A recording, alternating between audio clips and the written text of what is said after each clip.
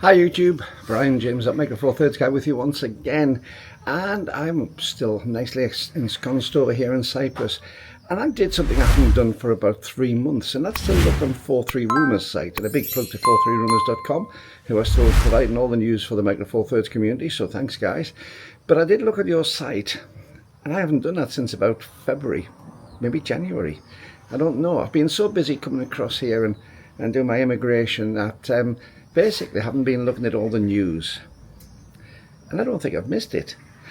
I had a look at what's been released. Lumix obviously doing their S1 and S5 stuff, you know, the full frame, but nothing Micro Four Thirds wise. In fact, they seem to be laying people off on the jobs. But I brought 3 cameras across here. I've got my G100, I've got my GX8, and I've got my G9. And I'll be honest, my G9 is sat in the cupboard ever since I came across here. I brought it across originally because I was taking a holiday in March before we actually settled out here, and when we got the house I just left it here rather than take it home. And I've got the G100, which sits there and it's handy for video work if I want to do it, but and it's handy just pop in the pocket. But most of the time I'm taking my GX8, and that camera is a 2016 camera, and it's now what, 2025, so it's 9 years old, that camera, the first of the 20 megapixel cameras in the Micro Four Thirds line from Lumix, and it does everything I wanted to do. And that set me thinking, because I looked at the Micro Four on the 43 Rumours site and didn't find anything to float my boat, and I was quite happy using the middle of the cameras without going overboard, just with 3 lenses, my 7-14, my 14-140, and my 100-300. And I don't need anything else. I've been thoroughly enjoying taking photographs of all the things out here with those combination of those 3 lenses, and mainly just the one camera, although I did use the G9 at first. And that set me thinking, if I wasn't to see anything on the internet again, if I didn't have access to the internet at all, so I couldn't see any new releases, if I couldn't see any new camera magazines because they didn't do them out here, for instance, and I never saw any sort of media to hype new cameras, would I feel as if I was missing out? And the answer to that, when I sat and thought about it, was no. I'm perfectly happy with the equipment I've got. It can still take far better photographs from a technical point of view, because I actually take the photographs, not it. But it's still capable of taking photographs far better than my skill set allows.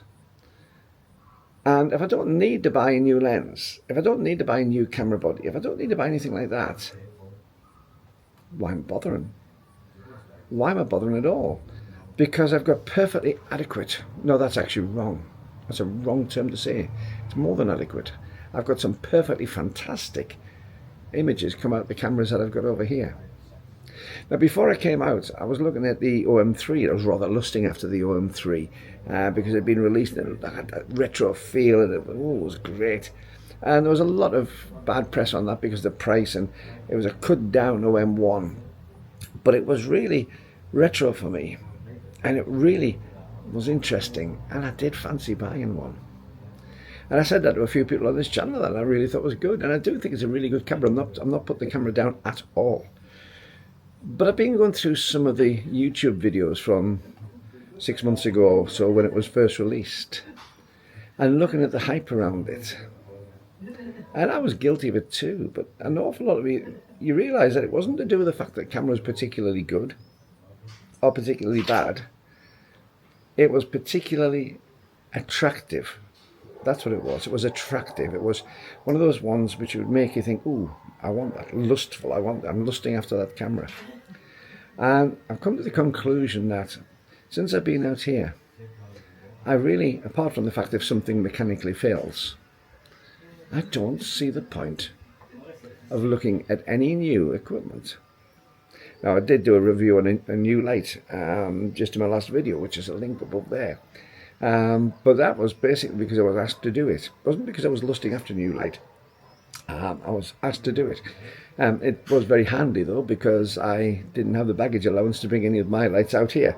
But if it had just been a case of as a comparison for my lights, I think I probably would have said no, because the lighting I've got is perfectly adequate for what I want to do with it. Now, as it happens, the light that I reviewed, I'm really impressed with, especially for the price. It was fantastic, and I would recommend it. I really would recommend it. But would I recommend it over the lights that I have at the moment? No. Would I be keen on replacing those lights with it? No. Would I be keen on replacing any of my cameras with the more modern ones, the G1, the G9 with the G9 Mark II, perhaps? No. In fact, no to all those questions. I really do think that we've reached a point in the photography market where we are being led by advertising and by hype. And I do think that we're maybe at that point where we are just throwing our money to keep businesses going rather than to make better photographs.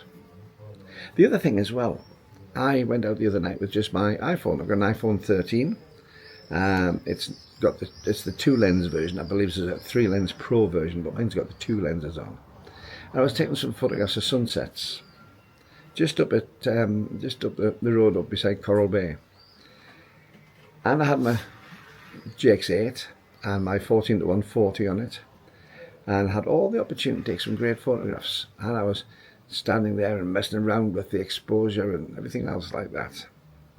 And I took a couple of quick snaps just with my iPhone, just as grab them quick while you can. Well, I do the proper photographs on my GX8. I then, of course, did a video about it, which is on my Path to Paphos channel, which if you want to see what a sunset is like, go and have a look on that one. But when I got back and started putting the photographs onto the iPad, it's the only thing I would have out here is my iPad. I don't have my PC or a laptop out here. And I started looking at the photographs, and then I looked at the ones from the iPhone. The iPhone ones looked stunning. They looked really impressive. They were detailed. They were really superb.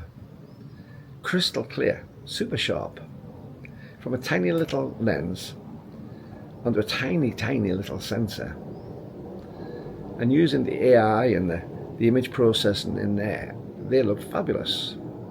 The ones I got with GX8 didn't. They looked a bit bland. I had to start manipulating them quite a lot. Now, I know that the camera manipulates them an awful lot before you see them as well, so I'm not doing the comparison there. But by the time I'd actually got these photographs from a GX8 to look anything impressive, anything like the ones I got from the camera, I'd wasted half my evening. I'd been messing around, trying to get them right. Yet my camera just picked it up, pointed it, pressed the button, and the results were equally as good as anything I got from my main camera. And the interesting thing in the main camera was, I really was at the limits, because it was getting very, very dark. I was at the limits of the exposure without going into silly high ISOs, which of course the phone camera must have been doing. It must have been going to those high ISOs, but it didn't look it. It didn't give a bad finish. It didn't give noise. It was just a really nice shot of a beautiful orange sky after the sun's gone down past the horizon, with the sea and the waves flashing out the beach in front of it. And they took me seconds. So why am I, and why are you, investing huge amounts of money into photography when 99% of what we do, we can either do in the camera we have, or do on our mobile phones just as easily, if not better? Let me know in the comments below what you think. I'm disillusioned, shall we say, with the camera market at the moment, and I'm very much into keeping the fantastic gear that I've already invested in and making use of it, making the best use of it, rather than making half use of it and then moving on to the next whiz-bang fancy camera. Let me know in the comments below. I'd love to hear what you have to say.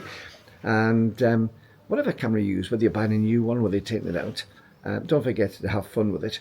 But before I go, I'm going to say a big thank you to these wonderful people who are Patreon patrons, who always support the channel, and it's really good to see them.